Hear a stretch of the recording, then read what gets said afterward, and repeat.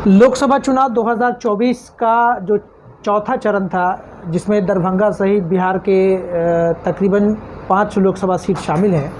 चुनाव तो समाप्त हो गया, लेकिन चुनाव समाप्ति के बाद चौक चौराहों पे जो क्यास लगाए जा रहे हैं, चर्चाओं का बाजार गर्म है। हर लोग अपने अपने प्रत्याशी को जिताने की बात कर रहे हैं, दावेदारी कर रहे हैं।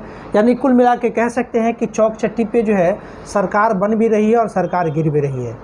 आज इसी विषय पे एक कार्यक्रम लेकर के हम लोग सामूहिक रूप पे शामिल हुए हैं और उस कार्यक्रम का हम लोगों ने नाम रखा है चुनावी बहस। चूँकि चुनाव जारी है, विश्लेषण इसको कह सकते हैं, समीक्षा भी कह सकते हैं। हालांकि हम लोगों का जो ये विश्लेषण है, इसमें कोई दावे के साथ नहीं कहा जा सकता है कि ये विश्लेषण सही है। एक अनुमान हम लोगों ने जो ग्राउंड स्तर पर सामूहिक रूप में अलग अलग बैनर के हमारे सहयोगी बैठे हुए हैं, तो हम लोगों ने जाकर के ग्राउंड लेवल पे जो मेहनत किया है, लोगों से जो आगे फीडबैक लिया, उस आधार पे हम लोगों ने आज सोचा कि एक ख़बर ऐसी बनाई जाए।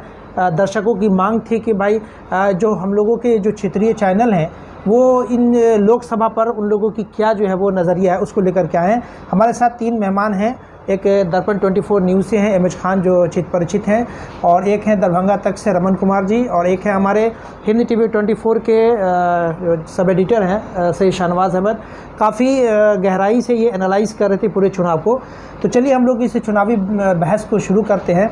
खान साहब, आपसे समझना चाहेंगे, दरभंगा लोकसभा को आपने पूरे बड़ी नज़दीक से आपने कवर किया, आपकी टीम ने कवर किया, क्या विश्लेषण है, क्या कहना चाहेंगे आप इस लोकसभा को लेकर के? देखिए, 2 टुक में यदि बात कहें, मोटा मोटी यही है कि दरभंगा लोकसभा में इंडिया गठबंधन से ललित कुमार यादव और एनडीए से गोपाल जी ठाकुर थे। गोपाल जी ठाकुर वर्तमान में सांसद और प्रत्याशी भी बीजेपी से है। तो एंटी इनकम्बेंसी का मामला था गोपाल जी के साथ, तो विरोध भी हुई, लगातार वीडियो वायरल होते रहा, प्रकाशन भी हुई।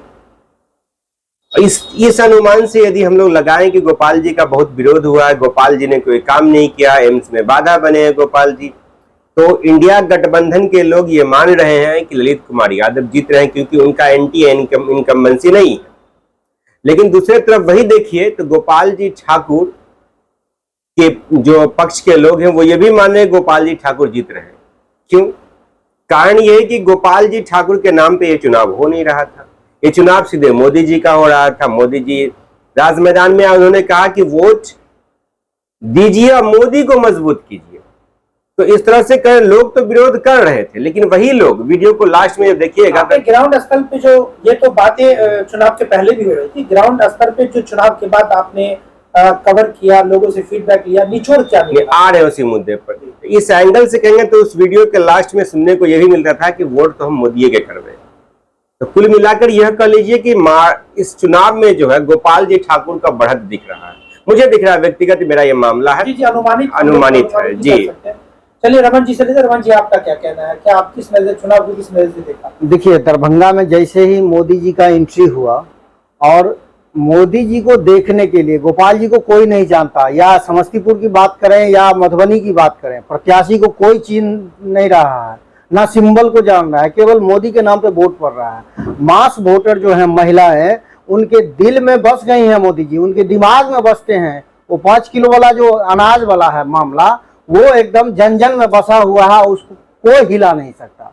लगातार इंडिया गठबंधन वाले दावा कर रहे थे, आप जो देख रहे हैं कि 5 किलो अनाज में खरीद लिया, जनता ऐसा नहीं मानेगा। आज तो उसी पे आ गए हैं, 5 किलो के बजाय 10 किलो अनाज देने के लिए तैयार हैं कि हमको जिता दीजिए, हम 10 किलो देंगे। 1 लाख रुपए कह रहे हैं कि ये रक्षाबंधन पे बहन को दे दिया जाएगा। कहां से देंगे? बात यहां आती है, कहां से देंगे? मोदी के सामने कोई ऐसा चेहरा मजबूत दिख ही नहीं रहा है जिसको जनता कबूल कर ले। मोदी आने के बाद भी विरोध हुआ है गोपाल जी का, लेकिन कहीं ना कहीं लोग ये मान रहे हैं और ये कह रहे हैं खुल के कि हम तो भाजपा के कट्टर हैं, वोट तो देंगे मोदी को, हम गोपाल जी को जानवे नहीं करते हैं। ये सब रमन जी, ये सब चुनाव के पहले की बात थी। कुल मिलाकर के हमारे दर्शक ये जानना चाहते हैं कि चुनाव के बाद लोगों ने वोट किसको किया, क्या हुआ क्या नहीं हुआ, ये सारे लोग जानते हैं। वोट किसको किया? देखिए, आपने जो फीडबैक लिया अपने स्तर पे, वो आपको क्या लगता है? यहाँ एक कांटे की टक्कर है और जीत हार जो होगी वो बहुत ज्यादा फासला नहीं होने वाला है। जैसे पहले जो था गोपाल जी जो जीते थे उतना तो ना ललित यादव पहुंच सकते हैं ना गोपाल जी पहुंच सकते हैं। छोटी सी मार्जिन होगा, नॉर्मल मार्जिन होगा, वो 5,000 से हो, 10,000 से हो, 20,000 से, 25,000 से, 50 के अंदर ही होने जा रहा है।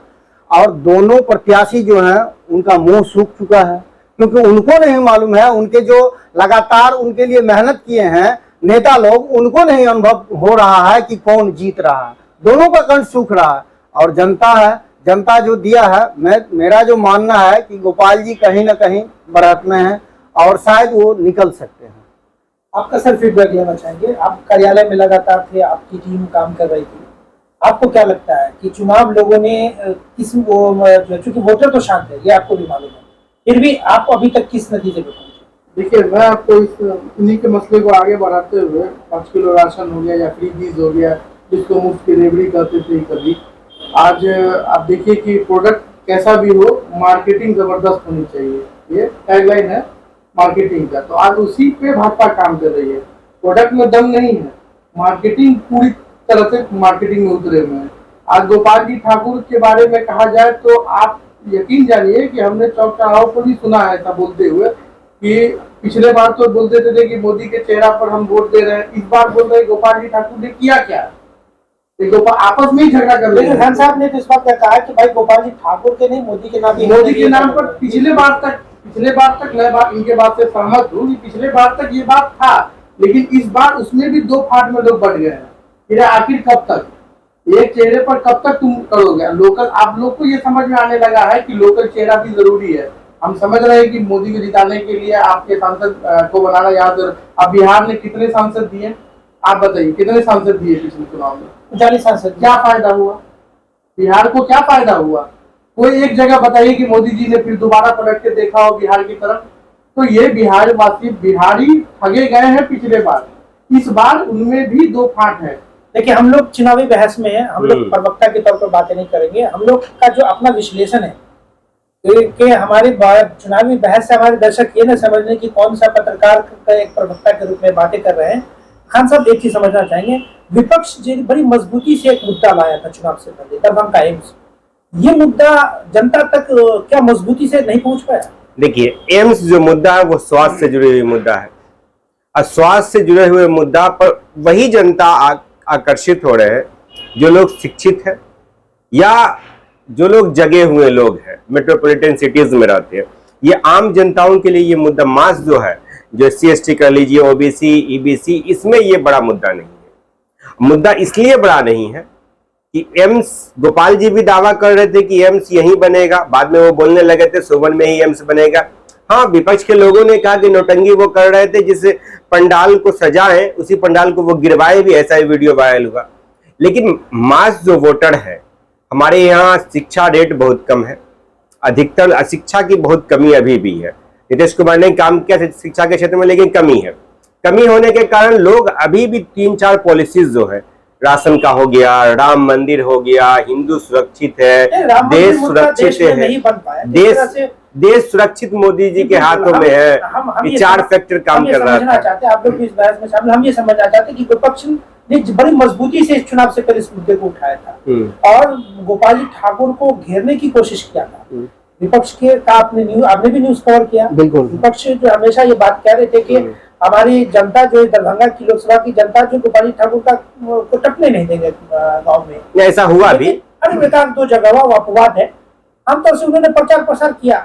हमें यह समझना है कि जिस तरीके से मजबूती से विपक्ष ने एम्स को मुद्दा बना करके कहा कि हम गोपाल जी ठाकुर को, नहीं लगता कि विपक्ष इसमें फेलियर हो गया? देखिए, एम्स मुद्दा बन सकता था और सबसे बड़ा मुद्दा दरभंगा में हो सकता था।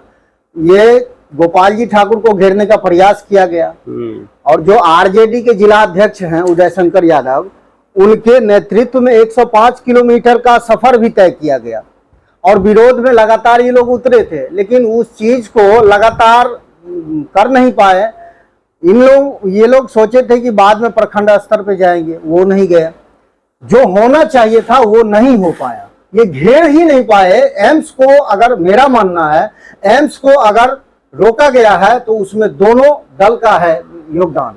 दल की बात हम नहीं करेंगे सर, आपसे भी हम समझना चाहेंगे क्योंकि हमारी लोकसभा की जनता है, बड़ा असमंजस की स्थिति है चुनाव के बाद में। ये तय नहीं कर पा रही है, हर पार्टी के समर्थक अपने प्रत्याशी को जिता रहे हैं।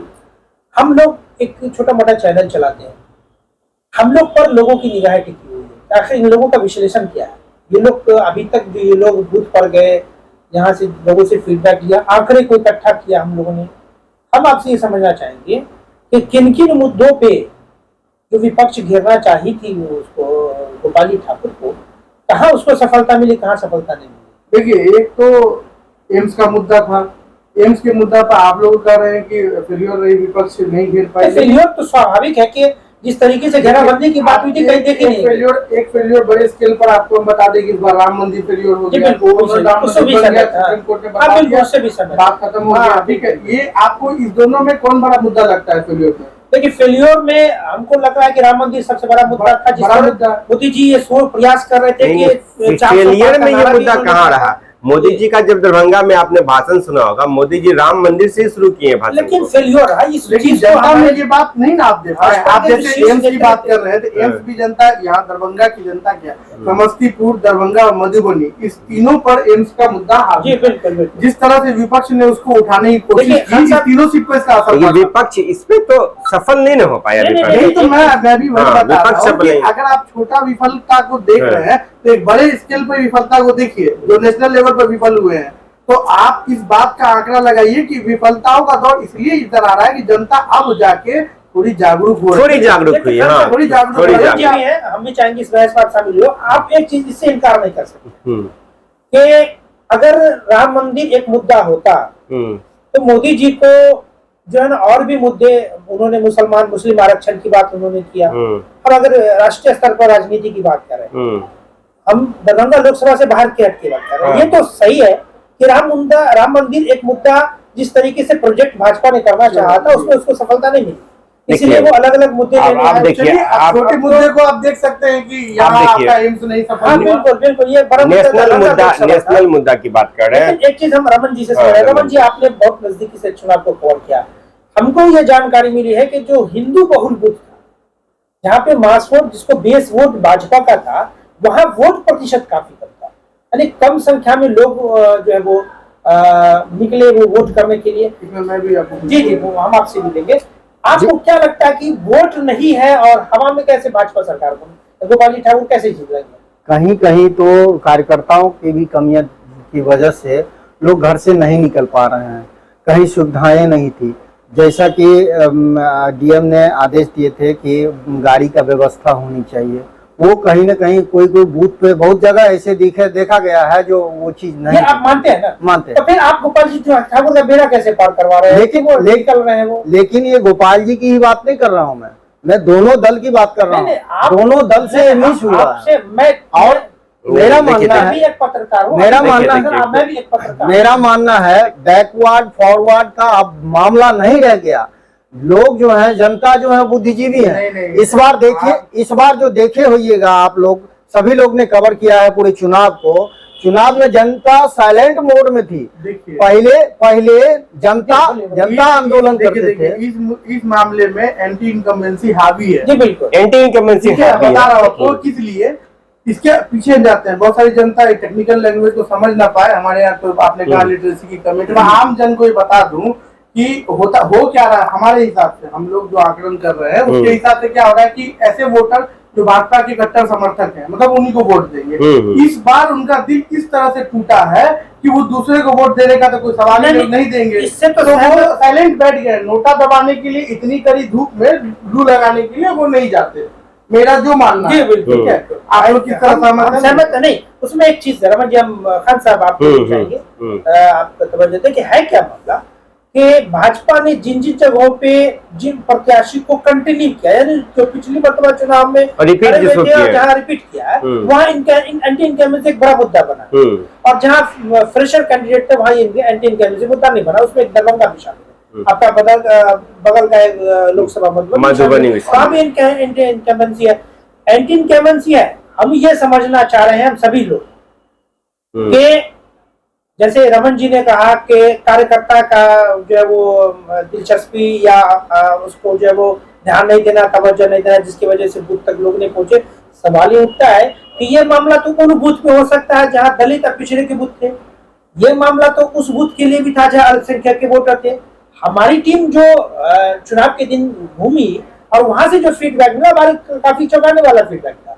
उन्होंने कहा कि जहां दलित पिछड़े के बूथ थे वहां लंबी लंबी लाइन कतारें देखने को मिली, जहां अल्पसंख्यक का महिलाएं जो है नकाब में लंबी लंबी कतारें को मिली। तो जो बातें आप कह रहे हैं वो उस बूथ पर कहाँ लागू होता है, ये हम समझना चाहते हैं। अब ये समझिए, देखिए एक तरफ MY समीकरण पे वोट हो रहा है, ललित कुमार यादव है, MY समीकरण पुराना है लालू यादव का।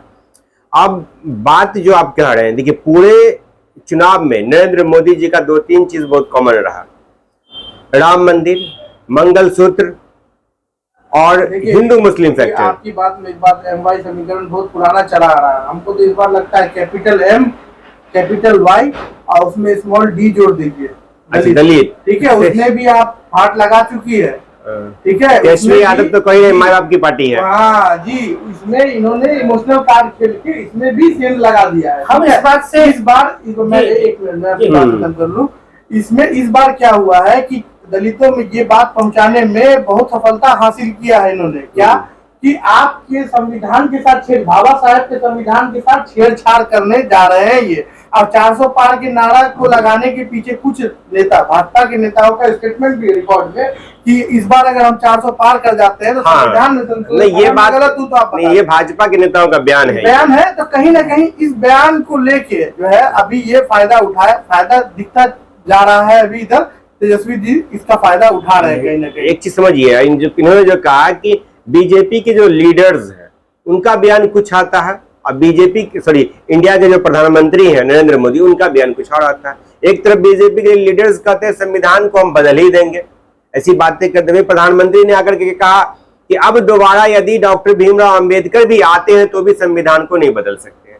तो ये दोनों कॉन्ट्राडिक्टरी बात है, दोनों बात अपने आप में एक अपवाद बना हुआ। अब मामला देखिए, दरभंगा लोकसभा में खास करके मुस्लिम जो मेजोरिटी है, और इस मेजोरिटी में ये बात कहीं सही है हद तक कि मुस्लिम एरियाज में वोट अधिक पड़ा है, ये बात बहुत दूर तक चल रही है। लेकिन आप इस बात को भी नकार नहीं सकते हैं कि जो लोग डॉक्टर गोपाल जी ठाकुर या बीजेपी से एंटी इनकम्बेंसी का मामला था, वो लोग भी बड़ी संख्या में निकले हैं, और उन लोगों का वोट तो दलित यादव को गया नहीं, क्योंकि वो लोग बीजेपी के सपोर्टर्स थे खासकर, तो उनको तो गया नहीं, तो फिर गया कहाँ? जो लास्ट नंबर पे नोटा था वहां चला गया।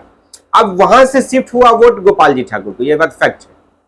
गोपाल जी ठाकुर का वोट शिफ्ट हुआ, नोटा को गया। तो बहुत बड़े रेशियो में सेंधमारी तो बीजेपी के वोट में भी वोटर्स में किया है आरजेडी ने, लेकिन इस सेंधमारी के बाद भी कि अब जितना भी सेंधमारी कर लीजिए घर तो घर ही रहेगा, ये मैं जानता इस चीज को। और जो गांव में जो अशिक्षित लोग हैं उन लोगों को ज्यादा संविधान के बारे में जानकारी क्या है, संविधान उनको आरक्षण कहां से मिला ये भी नहीं पता होता, वो लोग सीधे समझते हैं। अब लोग क्या है, इंगेज हो चुके हैं। मैं आपकी बात से सहमत हूं, बहुत जानकारी नहीं, लेकिन इतनी जानकारी है कि आरक्षण खत्म कर सकता है। इतनी जानकारी तो पहुंच गई कि अगर इनकी सरकार आपने आरक्षण की बात कही है, तो एक चीज जानना चाहेंगे आपसे कि आरक्षण देश को कमजोर कर रहा है या बढ़ा रहा है? आरक्षण होनी चाहिए। मैं आरक्षण का दुश्मन नहीं हूँ सर, एक मिनट, मैं आरक्षण का दुश्मन नहीं हूँ, लेकिन मेरा मानना है कि स्वास्थ्य विभाग में और शिक्षा विभाग में आरक्षण नहीं होनी चाहिए, उससे कमजोर हो रहा है कहीं ना। वो अलग बात है, वो अलग बात है। उस पर हम लोग अगर करेंगे तो एक बुलेटिन ही इस पे तैयार हो जाएगा कि आरक्षण हो या नहीं हो, एक अलग विषय है बहस का। हम ये समझना चाहेंगे, अभी खान साहब ने बड़ी अच्छी बातें कहा कि जो हमारा जो मतलब कम पढ़ा लिखा वोटर इलिटरेसी जहाँ, वहाँ संविधान से उसको लेना देना नहीं था। इनका निष्कर्ष ये था कि 5 किलो अनाज एक मुद्दा बना। इसका कारण ये है ना, आज देखिए लोग इसका कारण बता रहा हूँ, थोड़ी कारण सुन लीजिए। अब इस कारण इसके पीछे क्या, आज के जो लोग है ना वो हैंड टू माउथ है।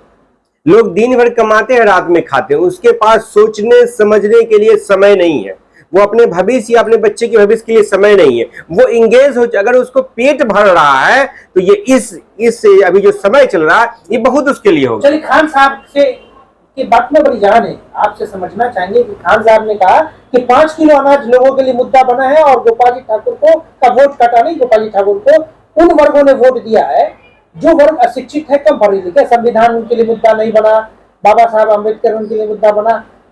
तो अभी जो कांग्रेस ने मास्टर स्ट्रोक किया है, 10 किलो अनाज देंगे, 4 चरण के चुनाव समाप्त हो चुके, बचा हुआ 3 चरण का चुनाव, क्या ये मास्टर स्ट्रोक एक तरफा वोट इंडिया गठबंधन को हो पाएगा? देखिए इनके अनुसार अगर देखिए आप इसमें क्या है कि मास्टर स्ट्रोक आप कह रहे हैं, कांग्रेस कब नहीं सपोर्ट की जनता का, कब नहीं 3 रुपए किलो अनाज ठीक है, वो सब तमाम बातें। अब 10 किलो अनाज की बात मास्टर स्ट्रोक बनेगा, 3 चरण का चुनाव भी बचे हुए। एकदम क्यों नहीं बनेगा, जब जनता को जरूरत है अभी इस मोड़ पे जनता देखिए, जनता क्यों आ गई इस मोड़ पे? अब ये 5 किलो अनाज पे क्यों जनता आ अब गई ये है? आगे है। देखिए, कांग्रेस ने मास्टर स्ट्रोक खेला, 5 के बजाय 10 किलो अनाज देंगे, क्योंकि ये विपक्ष की पार्टियों को समझ में आ चुका है कि आज भी जो मास वोटर है उसके लिए राशन बहुत इंपॉर्टेंट सर, है। हम आपकी बात को सही मान रहे हैं। आप पूरी सुन नहीं पाए। हाँ, बताइए। जनता अब इस हालात में पहुंच गई है कि 5 किलो राशन के नाम पर भी आप वो वोट मांग बात रहे ठीक हैं। है। ठीक है, भाजपा 5 किलो राशन पे भी वोट मांग रही है। तो ये क्यों हो रहा है? क्योंकि जनता का इस स्तर जो है, आम जन गरीबों का मैं बात कर रहा हूँ कि स्तर बहुत गिर चुका है कि 5 किलो वोट राशन पे आ गए। अब 5 किलो में भी काम नहीं चल रहा है, कांग्रेस 10 किलो देगी, इसमें कौन सी बुराई है? अब हम सिर्फ इनकी बातों से इत्तेफाक रखते, थोड़ी देर के लिए सहमति जता देते हैं कि 5 किलो अनाज जिस तरीके से गोपाल जी ठाकुर के वोट को तोड़ने में कामयाब नहीं रहा, मतलब 5 किलो अनाज एक मुद्दा बना और लोगों ने वोट किया, तो अगर वही मुद्दा है तो आने वाला जो बचा हुआ लोकसभा का चुनाव है और मास्टर स्ट्रोक कांग्रेस ने खेल दिया 10 केजी अनाज का, तो उस हिसाब से तो 100% जो बचे हुए सीट है उसको कांग्रेस को वोट होना चाहिए। एकदम 100%। आप तो नहीं बोल सकते कि 10 किलो अनाज देने पर पूरी जनता आपको वोट दे देगी। एक हमारे दो तो इनका विचार हो सकता है कि 5 किलो अनाज पे भाजपा को वोट मिल रहा है, ऐसा भी नहीं कि 5 किलो मेरा अनाज विचार- आपकी बात सही है, रमन जी की बात सही है, बचे हुए सीट पे तो कांग्रेस को फायदा मिलेगी। देखिए, फायदा मिले तो कैसे मिले है? नहीं। 4 चरण की चुनाव हो चुकी है, बची मात्र 3 चरण। देखिए, तो 4 चरण के बाद क्यों ऐसा करना पड़ा कि 10 किलो हम भी अब देंगे? रमन जी के बात देखिए, आगे बात है, इनकी बात आगे बात लेकिन है। क्या वो 10 सुनिए किलो ना। चुनाव में कांग्रेस अभी तकरीबन 125 सीट बचा हुआ है। जाहिद साहब, मेरी बात को समझिए। अब 5 किलो राशन की जो बात है, ये बहुत गंभीर मुद्दा है, बहुत सीरियस भी है। अगर ये बात सही नहीं होता कि लोग राशन के नाम पे वोट दे रहे हैं, तो कांग्रेस को या इंडिया गठबंधन को ये बैटिंग नहीं करना पड़ता। उनको भी लगा कि नहीं, 4 फेज में हम मिस कर चुके हैं, अगर हम इससे आगे नहीं बढ़े तो हमारा वोट कहीं ना कहीं कटेगा। दूसरी बात ये है कि 80 करोड़ जो लोग हैं हमारे देश के, वो आज भी 5 किलो राशन पे डिपेंडेंट है। ये दुर्भाग्य है हमारे लिए, ये दुर्भाग्य है। दुर्भाग्य इसलिए है कि आज भी हमारे देश के 80 करोड़ लोग इस हालात या स्थिति में नहीं है कि वो अपना राशन खरीद सकते हैं। इसीलिए सरकार कहाँ देती है राशन, कहाँ फ्री देती है? जहां लोग असक्षम हो जाते हैं, जैसे बाढ़ आता है राशन बंटता है, कोरोना आता है सरकार मदद करती है, बाढ़ और राहत कोष चलता है, वो राहत कोष है ये। लेकिन ये दुर्भाग्य है। इसी बात को आप लेके चलिए। जब भाजपा सरकार में आई थी तो उनका यही बयान होता था, हम फ्री की लेबड़ी नहीं बांटेंगे, हम फ्री का कोई काम नहीं करते हैं। फ्री भी, अब केजरीवाल की बात मैं लेके आपको दिल्ली जाता हूँ, ठीक है। केजरीवाल जब दिल्ली से नारा दिए थे कि हम बिजली फ्री करेंगे, ये फ्री करेंगे, शिक्षा तो पहले से फ्री है, स्वास्थ्य में आप सुधार लाए उन्होंने, तो उस वक्त बोले कि फ्री की रेवड़ी बांट रहे हैं, फ्री की बिजली बांट रहे हैं, जिसको घाटा होगा। आज अपने राज्यों में भी जहां जहां राज्य का चुनाव हुआ वहां फ्री बिजली का लेके वो भी आ रहे हैं। तो आप उस वक्त गलत थे या आप गलत हैं? देखिए, राजनीति है ना, चूंकि हमारा जो ये बहस है वो शायद दरभंगा लोकसभा से हट करके हाँ बाहर जा रहा है, इसको अंदर लाइए, इसको अंदर लाइए। हम तीन हमारे जो सहयोगी हैं, हम ये समझना चाहते हैं कि क्या जाति समीकरण पर हम लोग चर्चा नहीं करें? बिल्कुल होनी चाहिए। जाति समीकरण की बात में तो बड़ा नहीं, बिल्कुल होना चाहिए। अच्छा, ये जाति समीकरण का जो आंकड़ा हमारे पास है, आप उससे सहमत है या नहीं है, वो आप अभी बताइएगा। हमारे पास आंकड़ा है जाति समीकरण का, उस हिसाब से आप लोगों को क्या लगता है कि कौन कौन जाति ने गोपाल जी ठाकुर को वोट किया और किसकी जाति ने ललित यादव को वोट किया? ये हम आप लोगों से समझना चाहते हैं, हमारे दर्शक भी जानना चाहते हैं। देखिए, एक मोटा मोटी बात है, ललित यादव को 90% वोट किया, मुस्लिम का वोट 90% गया। दूसरी बात है यादव के वोटर्स में भी सिंधमारी हुई है। अगर सिंधमारी नहीं होती तो ललित यादव बिल्कुल जीत के बाउंड्री लाइन को टच कर गए होते। सिंधमारी ये हुई है, अगर कम से कम भी माने तो 30% यादव डाइवर्ट हुए हैं। उसका बड़ा फैक्टर तब हुआ जब आप नित्य यहाँ सहमत नहीं होंगे, आपत्ति जताएंगे? देखिए मेरा मानना है, नहीं आप पहले इनको बोल पहले रहे हैं। आप आप सुनते इनसे सहमति नहीं होंगे, आपत्ति जताएंगे। 30% यादव, नित्यानंद राय ने जो सभा किया था पटना में, वहां यादव ने बड़ी संख्या में 50,000 लगभग ज्वाइनिंग किए थे, सभा में आए भी थे। तो कहाँ वहां के थे यादव थे? पटना में नित्यानंद राय जी किए थे। कहाँ के यादव? वही बिहार के यादव थे। नहीं सर, तो बिहार में दरभंगा के भी थे, आपके बता रहे हैं हम। लोकसभा के हिसाब से अलग अलग हम लोकसभा में भी आ रहे हैं। आप आइए ना, यहाँ से एक प्रदेश सचिव, सब प्रदेश प्रवक्ता थे आरजेडी के, तो प्रकोष्ठ के थे, उन्होंने भी ज्वाइन बड़ी संख्या में किया था। उसका नाम है राजेश रंजन यादव, वो भी यादव ही है। उनकी ज्वाइनिंग हुई थी, वो ज्वाइन इसलिए किए कि वो चाह रहे थे कि बिस्पी से उनको टिकट मिले, लेकिन बिस्पी जो सीट है वो डॉक्टर फैयाज साहब की है। अब फैयाज साहब के पुत्र चुनाव लड़ेंगे, विधानसभा नाराजगी इस बात को लेकर की थी। तो अब आइए कि अब पासवान का वोट आरजेडी को तो बहुत कम मिलेगा, ये बात तो मानना ही पड़ेगा। दूसरी बात, प्रतिशत में समझना चाहिए, बहुत कम मिलेगा आपको, 20 से 30% मिलेगा तो बहुत आपको मिल रहा है, पासवान का वोट आपको मिल रहा है। उसके बाद आया ये है जो SC ST में आया, ये इसी में ही पासवान होता है। हाँ, और भी जो नाम लेना उचित, नाम लेना उचित नहीं होता, नाम लेंगे तो फिर मामला बन जाएगा। अन्य जो लोग हैं वहां से चले आइए, तो वहां से भी वोट आपको आरजेडी को बहुत ज्यादा मिलने रहा है, वहां 20 से 30% मिलेगा। अब आया ये कि नुनिया जो एक जात है उसकी वोट आरजेडी को अच्छा मिलेगी। उसके बाद आप ये क्या बोलते हैं इसको, तेली सुरी की तो वोट आपको मिलेगी नहीं, उसको नहीं मिलेगी। सहनी की वोट आपको मिलने नहीं जा रही है, बहुत कम मिलेगी। मुकेश सहनी का असर नहीं दिखेगा सीट देने पर भी। आप कितना सहमत है रमेश जी, आप दोनों? देखिए मेरा मानना है कि जो मुस्लिम वर्ग की महिलाएं हैं वो भी मोदी को वोट किए हैं। ऐसा मैं इसलिए बोल रहा हूं कि कई जगहों पे हमने जनता का राय लेने के लिए पहुंचा था, और जो उनके पति हैं वो महिलाएं ओरिजिनल थी, ये संतुष्ट है। एक राष्ट्रीय स्तर पर एक अभियान चला हुआ है कि नकली महिलाओं को मुस्लिम बना करके उसको प्रपोज किया जा रहा है। नहीं मैंने ऐसा नहीं किया है। मेरा जो देखा वो मेरा कैमरा जब चल रहा था तो हम बोल के नहीं जा रहे थे ग्राउंड पे कि हम आज आएंगे आपका शूट करने के लिए। हम डायरेक्ट गए और जो हमें मिला, जो पुरुष मिले, जो महिलाएं मिले, उनसे हमने बात किया। तो पुरुष जो थे, कहीं न कहीं जो MOI समीकरण की बात हो रही है तो उसमें पुरुष थे इंडिया के पक्ष में, और महिलाएं बोलते बोलते बोल देती थी कि हम तो मोदी को ही देंगे। क्यों, आपने पूछा? 5 किलो अनाज, ये 3 तलाक का मामला आ रहा था, ये सब मामला हावी है, और जो ये माइंड में सेट हो गया है मोदी, वो कहीं निकला नहीं है, लोग निकाल नहीं पाए विपक्ष के लोग। मुझे तो हंसी आ रही है 3 तलाक के मामले पर आप बोल रहे हैं कि मुसलमान की और ये देखिए, ये आप किस क्षेत्र की बात बोल रहे हैं? अपने दरभंगा, मधुबनी और समस्तीपुर के आसपास की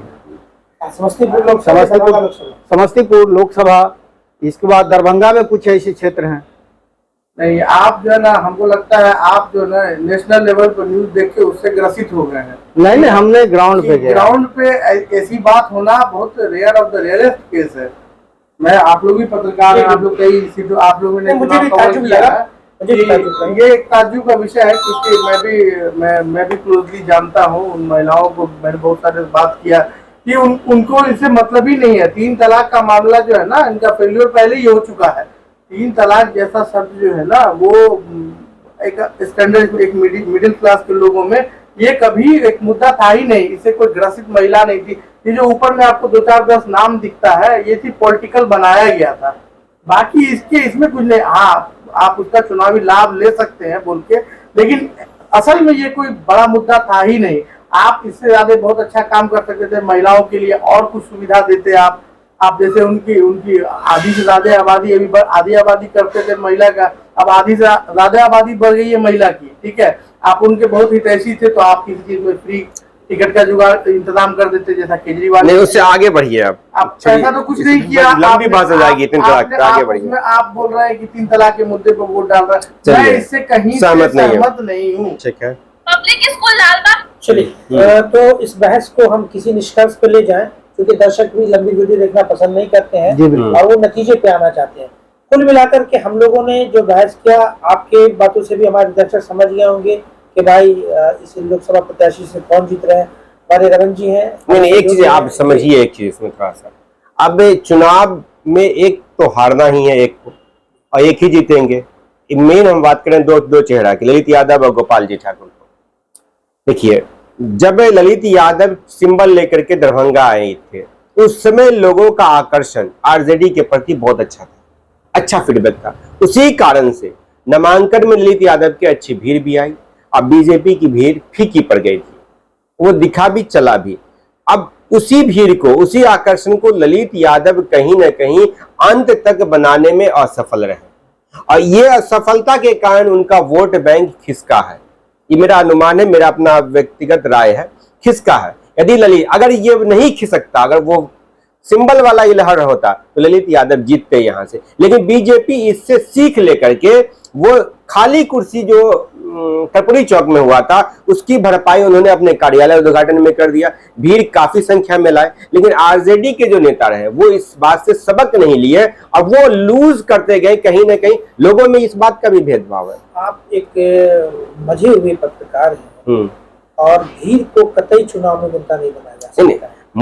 मुद्दा नहीं बना सकता, अलग बात है, लेकिन भीड़ दिखाना भी अलग चीज है। 2019 के चुनाव को पलट के देख लीजिए आप, तो मोदी जी के सभा में भीड़ जुट ही नहीं रही। फिर भी तमाम भारत के सभी लोकसभा चुनाव में जीत हार का मार्जिन 2 लाख 3 लाख था। लेकिन भीड़ यहाँ लेकिन यहाँ लड़ाई भीड़ की थी। नहीं बिल्कुल नहीं, हम इसे समझ, क्योंकि ना तो भीड़ देख करके लोग वोट किया। अगर यही बात थी तो गोपाल जी ठाकुर की कुर्सी खालियां रह गई, तो फिर उसको गोपाल जी ठाकुर ने सीखा, दोबारा उन्होंने भरपाई किया इसकी। सर कतई भीड़ एक चुनावी मुद्दा हो ही नहीं सकता।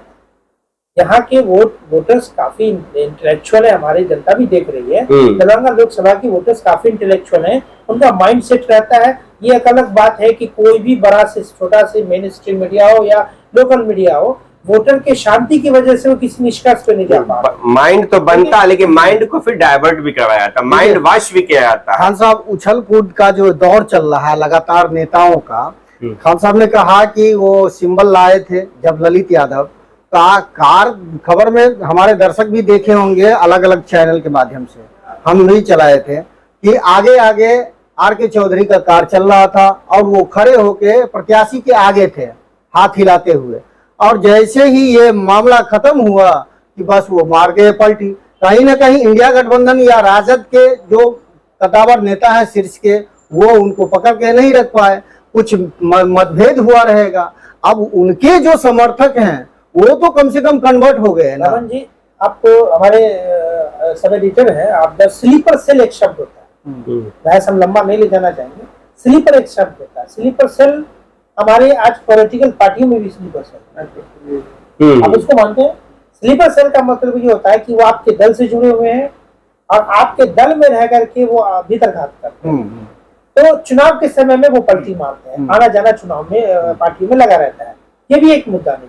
असल में ये है कि हमारे दर्शक ये नतीजे पे जाना चाह रहे थे कि हम ये जो खास चेहरे दरभंगा जिला के, आपने ये बात ठीक कही है। कुछ लोग टिकट के लिए मार करते हैं, टिकट नहीं मिला तो इधर चल गया, इधर नहीं मिला तो उधर चल गया, आना जाना लगा रहता है। हमारे दर्शक, हम 3-4 बड़े आपको एक बात आखिर जोड़ दूं कि अगर इतना ही आसान रहता, इतनी लहर रहती, इतनी कामयाबी इनको पहले से ज्ञान होता, तो मोदी जी आके, मैं दरभंगा ही लेके आपको आ जाता हूँ, मोदी जी आके यहाँ मुसलमानों का मुद्दा नहीं उठा देते। आपका आरक्षण उठा के मुसलमानों को दे दिया जाएगा, आपका मंगलसूत्र ले लेगी, आपका भैंस, 2 भैंस है तो 1 भैंस ले लेगी। तो इतना निचले स्तर की राजनीति एक प्रधानमंत्री से उम्मीद नहीं की जा सकती थी। अगर इतना क्लीन स्वीप हो रहा होगा, उनको भी तो खबर होगी। ये इतना क्लीन नहीं है, इतना क्लीन स्वीप नहीं है। तो ये इतना कुछ इस लोकसभा क्षेत्र में अगर मोदी जी का भाषण है तो इस 3-4 लोक क्षेत्र को ही वो टारगेट कर रहे होंगे, ठीक है। तो किस लिए टारगेट कर रहे थे? कि उनको अंदर से खबर मिल रही थी कि गोपाल जी ठाकुर भी उतने मजबूत नहीं चल रहे हैं। आपके मधुबनी के जो अशोक यादव हमारा रोचक समय में आ गया। एक और मुद्दा है, जदयू जो है घटक दल थे भाजपा के, आपने पूरे चुनाव को कवरेज किया, हमने भी किया। जदयू के 1-2 चेहरे छोड़ करके प्रत्याशी के साथ जदयू का कोई संगठन नहीं दिख रहा है।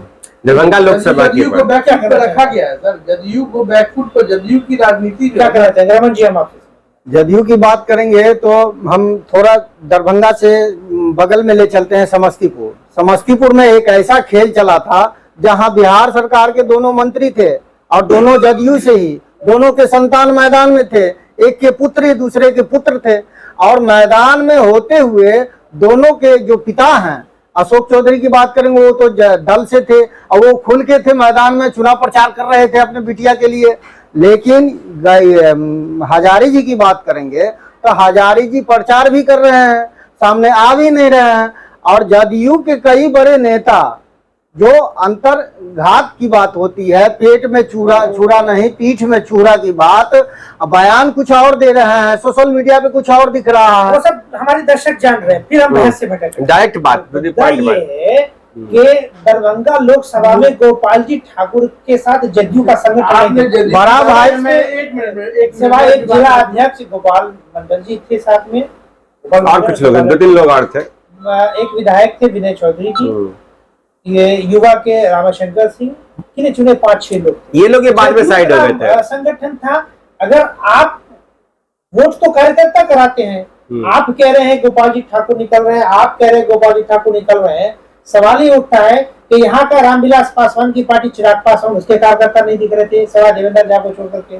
जदयू के नेता अभी तक नहीं समझ रहे हैं कि हम कहाँ हैं। जदयू के नेता अभी तक नहीं समझ पा रहे हैं कि हम कहाँ हैं। आपने विनय चौधरी की बात किया, जो बेनीपुर विधायक हैं, वो कह रहे हैं कि हम दिल्ली के बच्चे हैं, कि जहां जाएंगे नीतीश जी हम वहां चल जाएंगे। अभी तक जो बड़े कार्यकर्ता हैं या छोटे नेता हैं, बड़े नेता शीर्ष से कोई समझ नहीं पा रहा है कि हम कहाँ हैं। लोकसभा चुनाव खत्म हुआ, फिर विधानसभा में जाना पड़ेगा हमको उधर कि इधर, ये चीज सोच के वो कुछ बोल नहीं रहे हैं, एकदम बैलेंस बना के चल रहे हैं। ये बात सत्य है कि जदयू के कार्यकर्ता बड़ी कम संख्या में दिखे और धीरे धीरे जैसे चुनाव करीब आया वो साइड होते गए, वो बैकफुट पे चले गए। यहाँ तक ये फैक्टर नहीं बन सकता जीत हार का। देखिए, जदयू के जीत हार का कोई बड़ा फैक्टर नहीं है। सर आप बात करते हैं, इसका कारण ये है, एनडीए के घटक दल कुशवाहा जी, उसके 2-4 चेहरे ही हैं यहाँ संगठन में, जिला में, आप भी जानते हैं। तो कुशवाहा जी को साइड कर दीजिए ना। जीतन राम मांझी के वो साइड कर दीजिए, उनको भी, वो भी नदारद। चिराग पासवान की संगठन, वो भी नदारद, जिला अध्यक्ष देवेंद्र झा। जदयू का 2-4 चेहरा नदारद, वोट भी नहीं। जदयू जो कार्यकर्ता एनडीए को वोट कराएगा वो नदारद। तो फिर गोपाल जी ठाकुर का हवा बन गया, वो जीत कैसे गए? हम ये समाज दर्शक के समझ नहीं। हवा देखिए, चिराग पासवान को लेकर पासवान समुदाय में नाराजगी थी, लेकिन वो बरकरार नहीं रह पाया। यहाँ पे प्रिंस भी आए गोपाल जी ठाकुर के लिए प्रचार करने के लिए, और धीरे धीरे कहीं ना कहीं उनके जो कार्यकर्ता थे प्रिंस ये पारस गुट के, वो भी कहीं ना कहीं मान गए और ज्यादा सेंधमारी नहीं कर पाई इंडिया गठबंधन के लोग।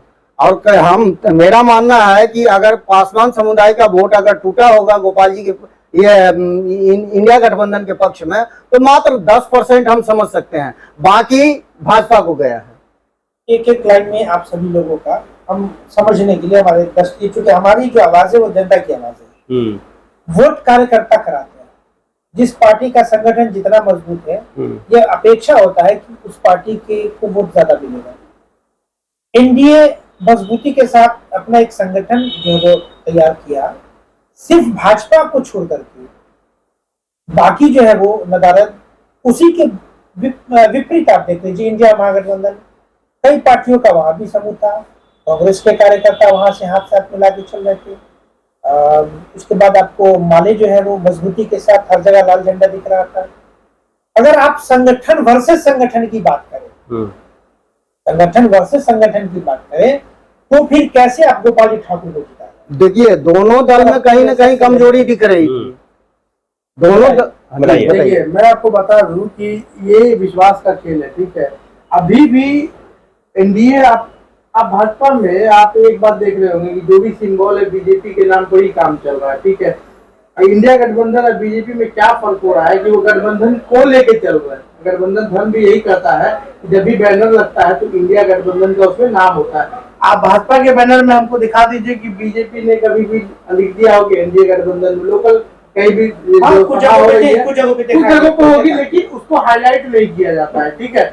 अब आप बात कर रहे हैं कि जदयू के कार्यकर्ता नहीं है, जदयू कार्यकर्ता को पूछा ही नहीं गया तो अपने मन से बोल जाता है चुनाव में। ये चुनाव नेतागिरी ऐसी चीज है जहां पैसे पे आप कार्यकर्ता नहीं खरीद सकते किसी भी पार्टी को, ठीक है? वो जो मेहनत करते हैं, चाहे जिस पार्टी के लिए करते होंगे, वो अपने तन मन धन भी लगा देते हैं कार्यकर्ता अपना, ठीक है? तो वो तब करते हैं जब उनको उस तरह से पूछा जाता है, वैल्यू दिया जाता है। आपने वैल्यू ही नहीं दिया। भाजपा ने या एनडीए गठबंधन को कहिए कि सिर्फ और सिर्फ सिंबल अटैच है, मन अटैच नहीं है। अभी भी नीतीश कुमार जी जब आपको दिखे होंगे मोदी जी के साथ रोड शो में, तो वहां पर आप किसी भी तरीके से आप देख लीजिए उनका चेहरा, मन उनका किसी भी तरह से उनके साथ लग नहीं रहा। और ये बात भाजपा भी जानती है, ये मौका परस्ती की राजनीति चल रही है। आज अभी है, आपको पता चलेगा लोकसभा चुनाव खत्म होने वाला है, खत्म हो जाएगा तो क्या पता चलेगा कि फिर दोनों पार्टी अलग हो गई या फिर खबरें चलने लगी है कि नीतीश कुमार जी पलटी मार सकते हैं, चल रही है खबर। अब बात यहाँ ये आया, आपने उठाया जेडीयू साइड में, आप ये बात क्यों नहीं मानते? इंडिया गठबंधन में भी कई ऐसे घटक हैं जो साइड रोल में थे। आप कांग्रेस को देख लीजिए, बहुत कम संख्या में आपको दिखे होंगे। नहीं, हमको देखे कांग्रेस के लोग अभी मधुबनी बहुत कम संख्या में, मधुबनी लोकसभा क्षेत्र में भी कैंपेनिंग कर रहे हैं लगातार। अल्पसंख्यक प्रकोष्ठ के जो उपाध्यक्ष लगातार कैंप किए हुए हैं। दो तरह की बातें कर सकते हैं, बहुत कम संख्या में है। कॉपरेटिव बात अगर करेंगे, कॉपरेटिव बात करेंगे तो एनडीए के बनिस्बत कांग्रेस के कार्यकर्ता ज्यादा है। अब देखिए ना, जेडीयू के बनिस्बत तो कांग्रेस जेडीयू से ज्यादा मजबूत भी है दरभंगा में। उसके बाद आइए वीआईपी के, वीआईपी का कौन नेता साथ दे रहा है मुकेश सहनी के अलावा? जिलाध्यक्ष भी गायब है। इसमें तो अब दो घटक दल आपका, एक हम कांग्रेस से आपके सहमत नहीं, वीआईपी या कांग्रेस, वीआईपी तो है ही नहीं, वीआईपी तो है ही नहीं, कांग्रेस कुछ संख्या में है। अब कांग्रेस देखिए, कांग्रेस ही लीड करेगी इसको केंद्र में, कांग्रेस को इसलिए भी मजबूरी में आना पड़ता है, वीआईपी तो लीड नहीं करेगी। और यहाँ जो लड़ाई है मेन कर बिहार में बात कर रहे हैं, यहाँ राहुल गांधी वर्सेस मोदी जी नहीं है, यहाँ तेजस्वी यादव वर्सेस मोदी जी है।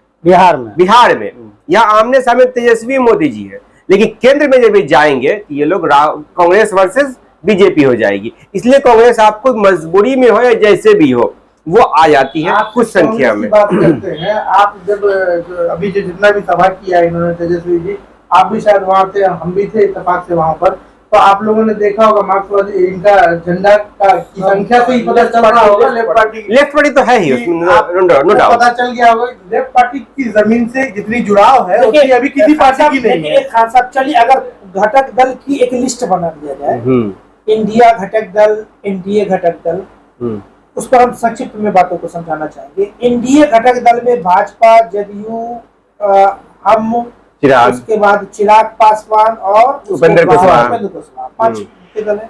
इंडिया गठबंधन में राजद, कांग्रेस, सीपीआई, सीपीएम, माले मान लेते हैं, और वीआईपी, 4 इसके मुख्य दल है। उसमें चलिए अगर थोड़ी देर के लिए खान साहब की बात से हम इत्तेफाक रख लेते हैं, कांग्रेस तुलनात्मक उसके वर्कर एग्रेसिव नहीं थे, तो लेफ्ट तो थे, ठीक है, कांग्रेस कम मात्रा में थे लेकिन उसी पर अक्स अगर हम एनडीए को देख लेते हैं तो सिर्फ भाजपा छोड़कर ना तो जेडीयू के थे। उसका कारण आपको इसी बहस में कारण मिल गया आपको? नहीं, उसका कारण यही है। देखिए उसका कारण क्या था इस बहस में? खान साहब क्या बनाई, बड़े चेहरे को चेहरा बना दिया। सर हमारे दर्शक हमारी बहस सुनने के लिए नहीं आए, हमारे दर्शक ये समझना चाहते हैं कि हम लोगों के चुनाव कवर में हम लोग किस नतीजे पे पहुंचे। हम अगर खुल करके अपने आंकड़ों के अनुसार अगर बातें नहीं करेंगे तो इतनी देर की बहस से हमारे तमाम दर्शक समझ गए होंगे कि आप किनको जिता रहे हैं, रमन जी किनको जिता रहे हैं। तो हम जिता क्या सकते हैं? हम लोग आंकलन कर सकते हैं, विश्लेषण है क्योंकि बहस का ही सम्मानित तमाम दर्शकों से अनुरोध है कि हम लोगों की इस बहस को दिल पे न लें, आपसी संबंध खराब न करें। जिन्हें जीतना है वो तो जीतेंगे, जिन्हें हारना है। राजनीतिक विश्लेषण है तो किसी न किसी को किसी का पक्ष तो रखना ही होगा। अभी तो और एक चीज दर्शकों को बताना चाहेंगे, ना हम लोग किसी के पक्षधार हैं ना किसी के विरोधी में। लेकिन रमन जी हमारी बातों से दर्शक अंदाजा लगा लेते, ठीक है वो मानना है आपका, तो अभी लेकिन यहाँ पे रखना आपने ना, अभी तो यहाँ पे नहीं आएंगे कोई पक्ष। आपने दल की बात किया है, आपने दल की बात किया है, दरभंगा को ले लें, समस्तीपुर को ले लें या मधुबनी को ले लीजिए, जहां भी बड़े दल हैं जिसका सिंबल है वो बड़े दल और जिसका सिंबल है वो दिख रहे हैं पूरे ताकत से। लेफ्ट की तो बात नहीं कीजिए, लेफ्ट हमेशा जमीन से जुड़ा हुआ है, गरीब की बात कर रही है, वो हमेशा झंडा उनका देखिएगा सड़क पे। बाकी तो यही हाल है, वो एनडीए की बात करें या इंडिया की बात करें। चलिए इस बहस को यहीं पे समाप्त करते हैं। तमाम दर्शकों से एक निवेदन कि अगर आपको हमारी इस बहस में कोई भी अपनी प्रतिक्रिया देनी है तो आप कमेंट बॉक्स में आप अपनी प्रतिक्रिया दे सकते हैं। फिर किसी मुद्दे को लेकर के फिर हम लोग एक साथ शामिल होंगे। तब तक के लिए हम सभी को दीजिए इजाजत। धन्यवाद। नमस्कार। धन्यवाद।